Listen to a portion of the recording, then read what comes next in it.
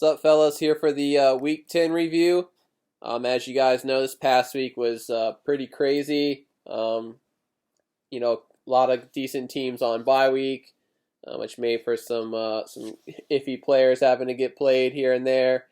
For those of you who played DFS, I know it was likely a rough week for you. It was one of the few weeks this year I didn't make any money this week. Lost the money I put in. Just some of the guys I decided to play just didn't pan out. Tried to go, I guess, a little cute with the Rams guys, and played Carson Wentz in a couple spots, and just definitely cost me there. But let's get into our league here. First matchup I got here, I have Jason over myself. He won this one 97-85.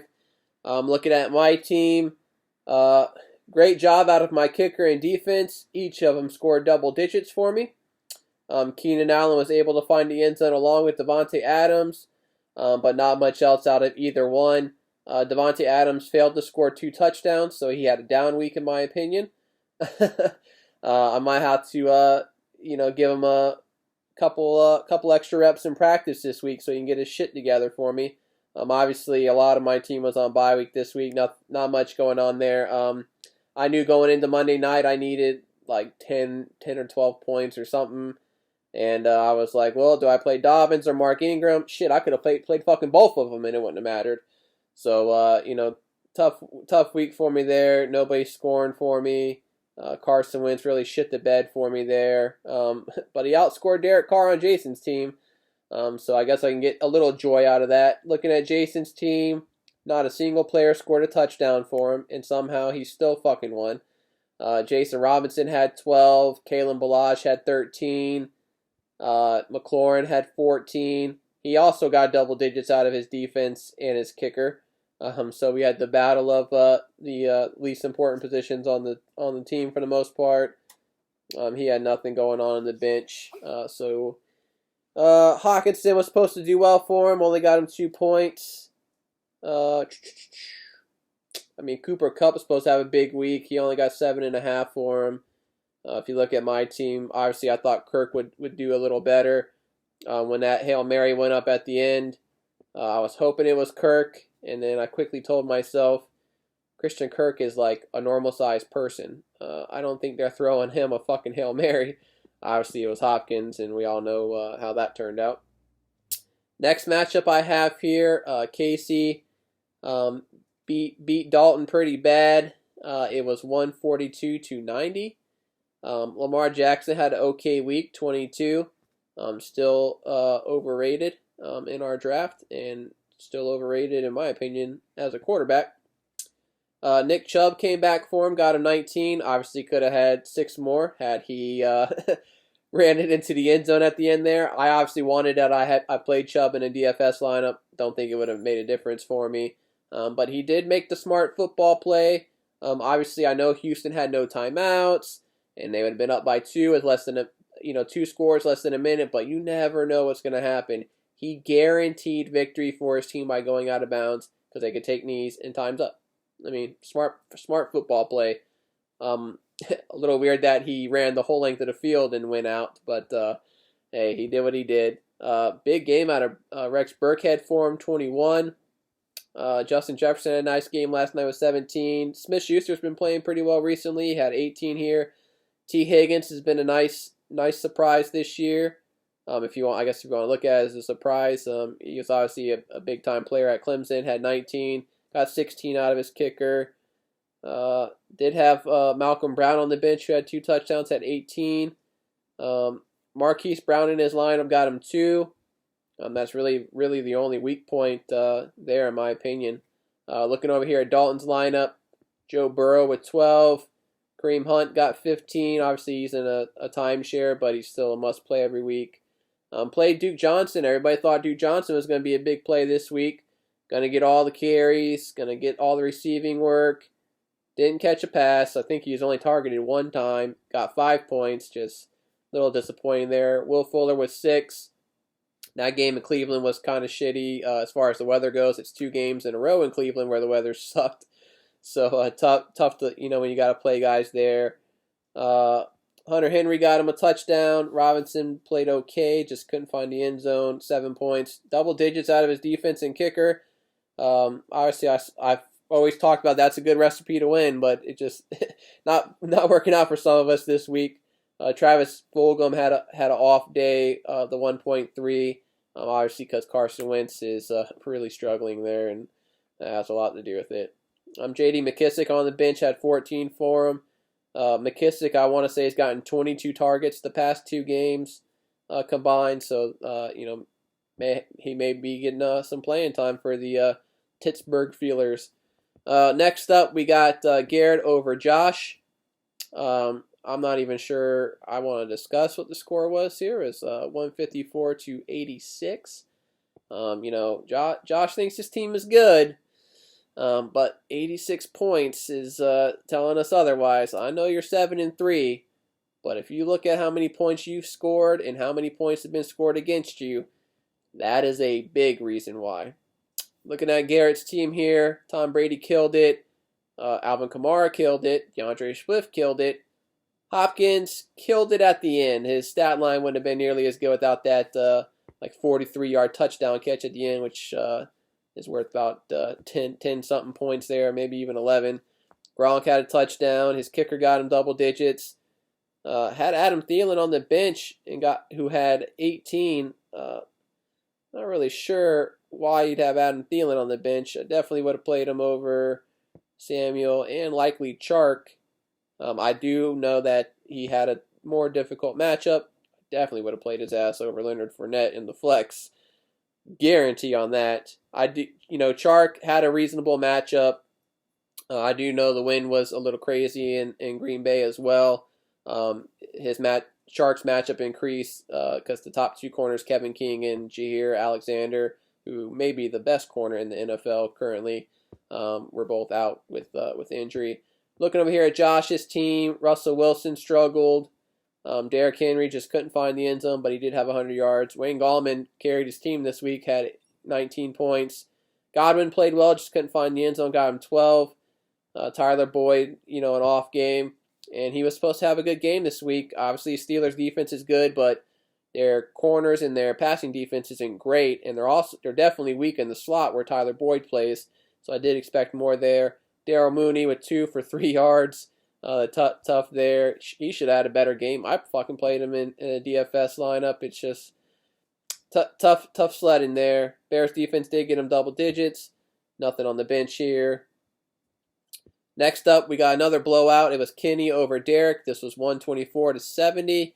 Given that it's 2020, you would think maybe Derek's team would actually be good, like Josh's, but I guess 2020 isn't going to be that crazy. Looking over here at Derek's team, Drew Brees only played 1 half. Obviously got the injury, and he will be out for a while. Kenyon Drake played okay. Just, no touchdowns there. Got 9 points. Did have a fumble. Played Jimmy Graham, who got 0. You can't really shit on him there. I mean, he does have a lot of injuries, and with Kittle and Mostert, and obviously he lost Saquon early in the year. It's tough to come back when you're losing your 2 first. I mean, at least your first round, your second round pick, and just depends on where he got when he drafted Mostert. So he got Mostert probably about the 5th round, it looks like. Looking over here at Kenny's team, Josh Allen played pretty well again, 27. Dalvin Cook had 13, didn't find the end zone. A little bit of an off game for Cook, but if 13 is an off game, I'll take that any day. DJ Moore with 18. Claypool had the 2 touchdowns, had 19 points there. Gibson had a nice game with 21. Did have Herbert on the bench with 20, so he played the right quarterback. Henderson on the bench had a touchdown with 10. Not much else going on here. Everybody else played pretty well. I thought Connor would do a little bit better than 6 points, but it is what it is. Next up, we got Michael over Garrett, number 2. This was a battle of the number 1 and number 2 seed, or very close to it, I guess, in the standings. Michael got this one 110 to 98. Watson with an off day, obviously playing in that shitty weather. Josh Jacobs had a nice game, 28. I thought Denver run defense was pretty good, but apparently not. I don't know what I missed out on there. Aaron Jones got him 12. He was supposed to smash this week. Fucking smash, and he didn't. That also hurt me in DFS.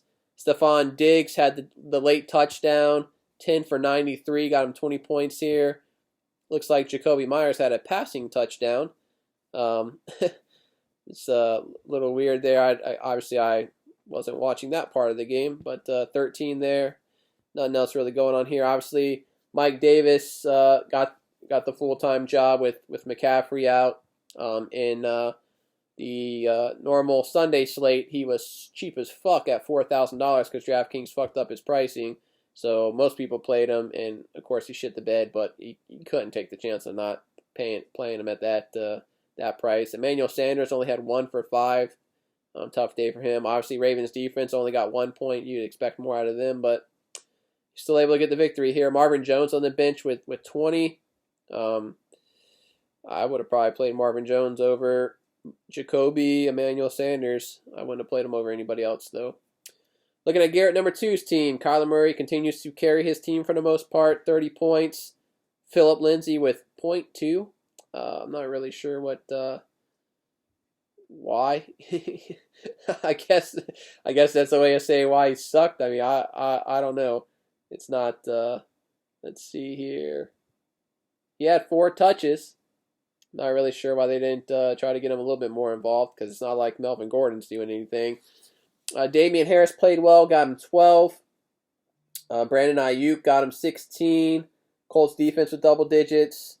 If I look at his bench, Roethlisberger on the bench with 29. Didn't matter what quarterback he played, he would have got the same amount of points.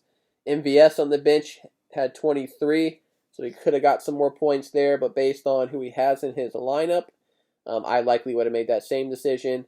Obviously, MVS just outscored his 3 starting receivers by himself. Metcalf struggled. I think that was a little expected. You can't bench him, obviously, but going up against Jalen Ramsey is a tough matchup there. Robbie Anderson started off the season strong, but he's been tailing off here recently. Jerry Jeudy got 4 for 68, 8 points. I mean, not horrible there. And then looks like the last matchup we got here, looks like none of our matchups are really close this week. I was in the closest matchup this week. Most of them were blowouts. We got Matt over Dakota. This was 130-84. Looking at Dakota's team, Stafford played pretty well this week, 23. Mike Evans found the end zone, got 17. And everybody else got single digits on his team. And did have the Miami running back Ahmed on the bench with 15.5. Obviously, I'm pretty sure he picked him up Sunday morning. It's more of a flyer. I mean, you can't throw him in there when you don't really know what you're getting.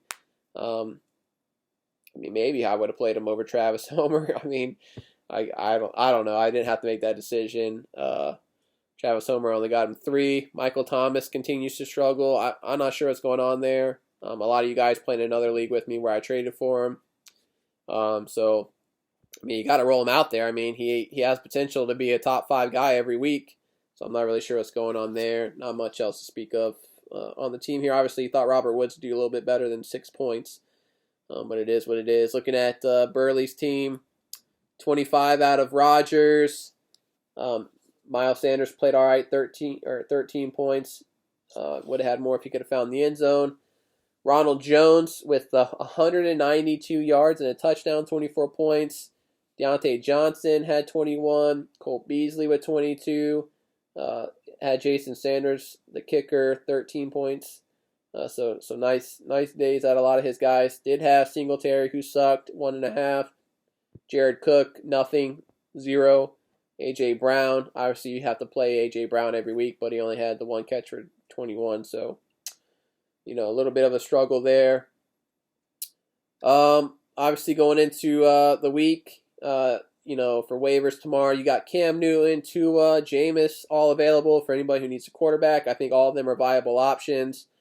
You know, decent, a couple running backs, a couple receivers. I mean, tight end, it doesn't really, I mean, whoever you play a tight end, it's probably going to suck unless it's Kelsey. I mean, that's just basically what it boils down to. I mean, it's just a crapshoot every week. I think the top scoring tight end this past week had, I think, 13 points in a full point PPR league. So that's just kind of how it goes. But that's all I got for you guys. Best of luck to everybody. We're dwindling down to the end of the regular season. I believe we have 3 weeks left. So we'll start to be able to determine who's in and out. I believe my best guess at this point, if I look at the standings, you might as well write off Derek, Dakota, and myself. Maybe there's a chance 6 and 7 could get in, but it would be probably 1%. I fully think my team can win out, but it is what it is. I'm one of the higher scoring. One of the better scoring teams in the league. There's 1, 2, 3. There's 3 teams ahead of me in the standings that don't have as many points as me, and I also give up quite a bit of points. Not the worst, I guess, defensive team, but I am tied for basically third. I'm at 149, another guy, Garrett's at 149, and Dalton's at 150. And there's a couple people with a little bit more points. Actually, 3 people. Kenny's at 187. So it is what it is. I'm sure if I played a different schedule, it'd be a little better. But I created the schedule for myself, so it is what it is. But best of luck to everybody. Get your waiver claims in, and let's finish up the season strong. See you.